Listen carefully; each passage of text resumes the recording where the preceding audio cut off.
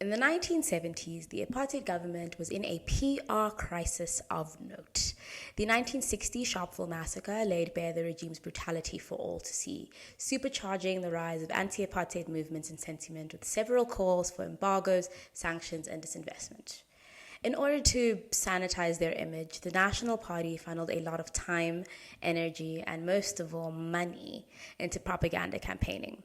Connie Mulder, the then Minister of Information, which is such a Harry Potter Ministry of Magic-ass title, declared that South Africa would have to buy, bribe, or bluff its way into the hearts and minds of the world. To achieve this, 64 million rand of state funds were appropriated to bribe British ministers, fly out German journalists, have African American thought leaders paint communism as a greater evil than apartheid, but most bizarrely of all, finance the creation of a black Superman. Published under AfriComics, Mighty Man, the human law enforcing dynamo, was released in 1975. The story follows Danny Ndlomo, a former police officer turned crime-fighting vigilante who had received superhuman strength and speed after, I kid you not, being abducted by cave-dwelling aliens.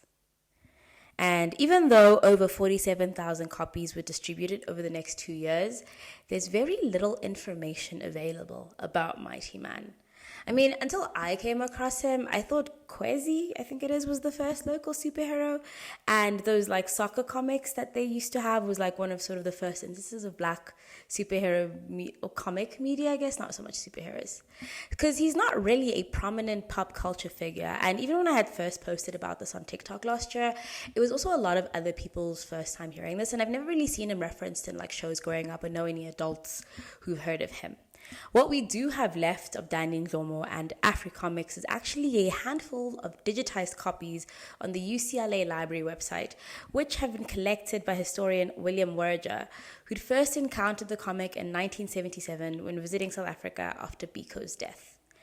And one of the sources that helped his and my research is the South African Comic Books blog, quite possibly the last living blog spot site in the country that's still actually run to this day by George van der Riet. And by the way, if you have like any interest in comics or historical South African media, I highly recommend checking it out. Beyond just like the superhero content, you'll also find romance comics and other like South African originals or republished or repurposed for South Africa pieces of media from like the 60s, 70s, and so on. And it's from George's blog that we get the closest thing to a primary source that I have been able to find on the internet. In 2011, Nick Wood explained, television in South Africa had been effectively banned up until a tightly censored state broadcasting, the SABC, was launched in 1976. So comic books were a constant early teen companion for me. Some of the favorite titles I used to devour after school in my local CNA were Daredevil, Amazing Spider-Man, please don't forget the hyphen, and Luke Cage, Hero for Hire.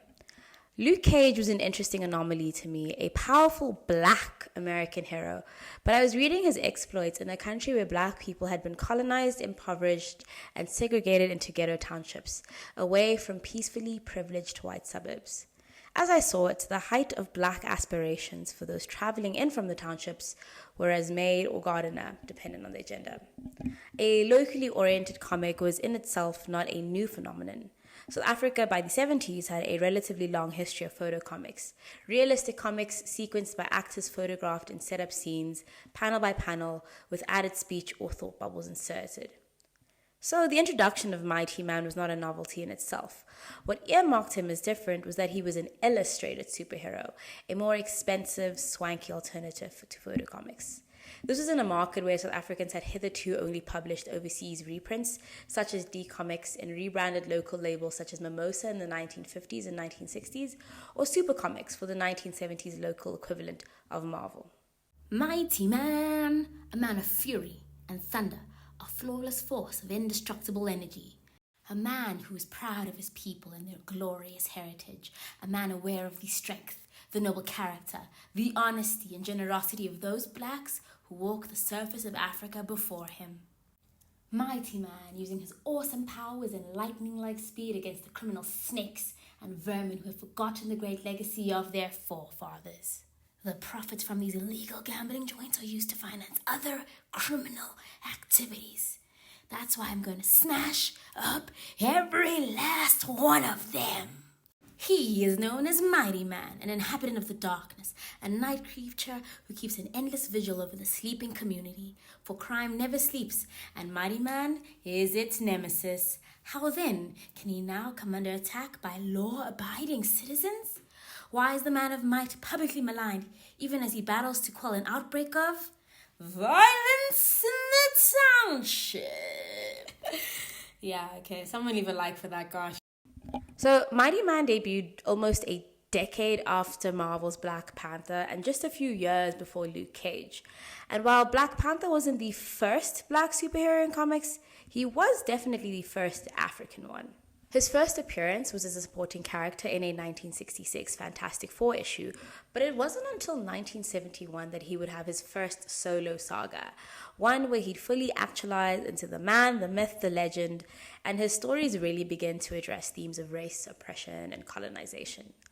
And I think Black Panther was particularly impactful for African Americans at this time because he wasn't only just a positive representation of blackness, particularly in a media landscape dominated by blaxploitation films, but that he premiered at the same time more African Americans were embracing African culture, black consciousness, and Pan-Africanist ideology. I think he offered them a vision of an African utopia which quite specifically catered to their traumas and their experiences.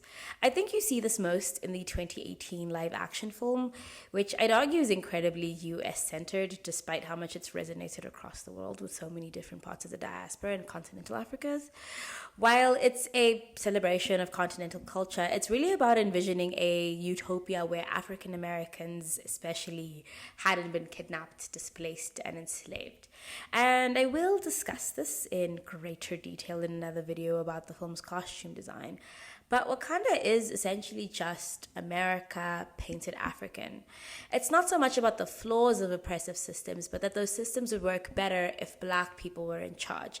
And I am specifically discussing the film here. I'm not going to get into the comics.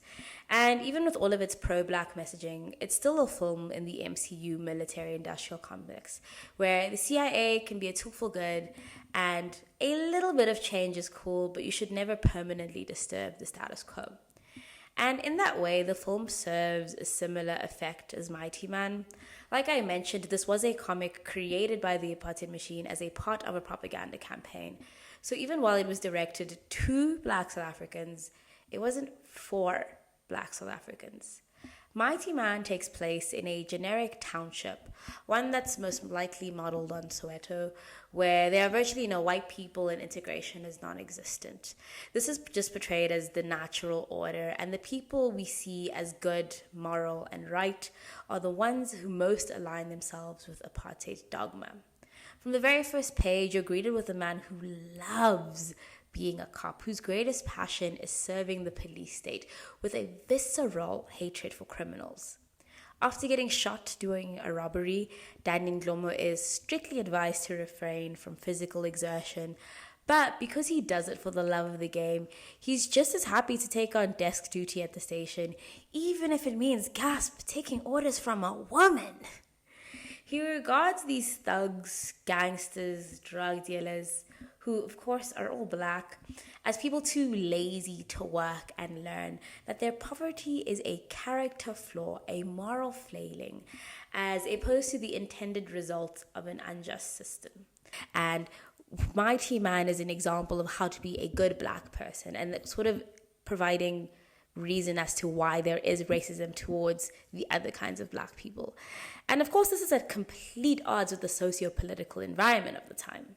The 1970s was, of course, a period of immense activism and resistance, most notably led by young people, the exact intended audience for this nonsense. And you can tell it's for them because there's incredibly overt and obvious messaging clearly intended for children to make sure that they realize that there is no glamour or reward in a life of crime, that if they keep their heads down and follow the law, they'll find peace. However, even with superhuman strength, speed, and hearing, Mighty Man would eventually be reduced to ashes in 1977 by the very audience he was meant to save.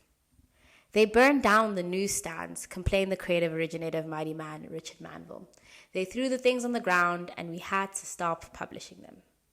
Since then, he's pretty much vanished from existence, or like the public record. Though apparently there was a film adaptation made later that year, which I haven't been able to find online. And we do see him once more in the movie Nyaka Nyaka, which follows the exploits of some guys working at a publishing company. The full thing is available on YouTube, but I'm not going to watch it because I'm not really one for screwball comedies. Though I won't lie, I did find the comic actually quite fun to read. They're about like 20 pages long and pretty decently illustrated, even though it's kind of always garbage to read comics on a screen. And I really was tickled by all of the 70s slang in them. And I don't know if it's the benefit of hindsight, but I can see arguments for people being either very into or very against them at the time. But either way, farewell, mighty man. The evil you've done in this world is enough. Thank you so much for watching. So I actually discovered Mighty Man when I was looking for instances of Black Panther doing stuff in other African countries, and I found this one Fantastic Four comic, or sort of like crossover comic, where he gets arrested in South Africa for not carrying a dompas, and that was absolutely hilarious to me. And I think, actually, it now makes me think whether there are any Mighty Man issues that deal with past laws, or were they out of law by the 70s. I don't know. You can keep up with me on Instagram and TikTok, where I am at okbaddyk. If you'd like to support me or my work, you can make a one-time donation of any amount to my Buy Me a Coffee account, or you can become a member of my Patreon, where I'll be doing some dramatic readings of a few Mighty Man issues. You'll also get access to my research note, behind-the-scenes stuff, bonus content, and hopefully this month, February 2025, some PDF sewing patterns, which I know I've been promising since I launched my Patreon, but I am a one-woman operation, and grading and digitizing patterns is a crap load of work to be doing by yourself. Okay,